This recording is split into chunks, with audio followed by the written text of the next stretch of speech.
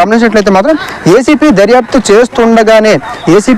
చేస్తుండగానే ED రంగంలో దిగడం అనేది ఒక ప్రధాన అంశంగా మనం చెప్పుకోవచ్చు. అదేవిధంగా కేటీఆర్ గారికి హైకోర్టు 10 రోజుల పాటు విచారణకు ఏదైతే విచారణకు తనకు సహకరిస్తారు మా క్లయింట్, కానీ 10 రోజుల పాటు అరెస్ట్ చేయొద్దని చెప్పి ఏదైతే హైకోర్టు ఇచ్చిన డైరెక్షన్ ఉందో ఆ డైరెక్షన్ ఉంటుండగానే, అదేవిధంగా ఏసీబీ విచారణ జరుగుతుండగానే ఈడీ కూడా రంగంలోకి దిగడం అనేది కూడా ఇక్కడ ఒక కీలక పరిణామంగా మనం చెప్పుకోవచ్చు. కాబట్టి చివరిగా నిధులు ఎవరికి మళ్ళీ విదేశీ సంస్థకి ఎవరికి వెళ్ళాయి అనే విషయం మీద మనీ లాండరింగ్ జరిగిందా, రిజర్వ్ బ్యాంక్ ఆఫ్ గైడెన్స్ ప్రకారమే నిధులు వెళ్ళాయా, లేకపోతే అది చట్టరీత్యమా కాదా అనే విషయం లోతుగా అధ్యయనం చేసే అవకాశం ఉంది.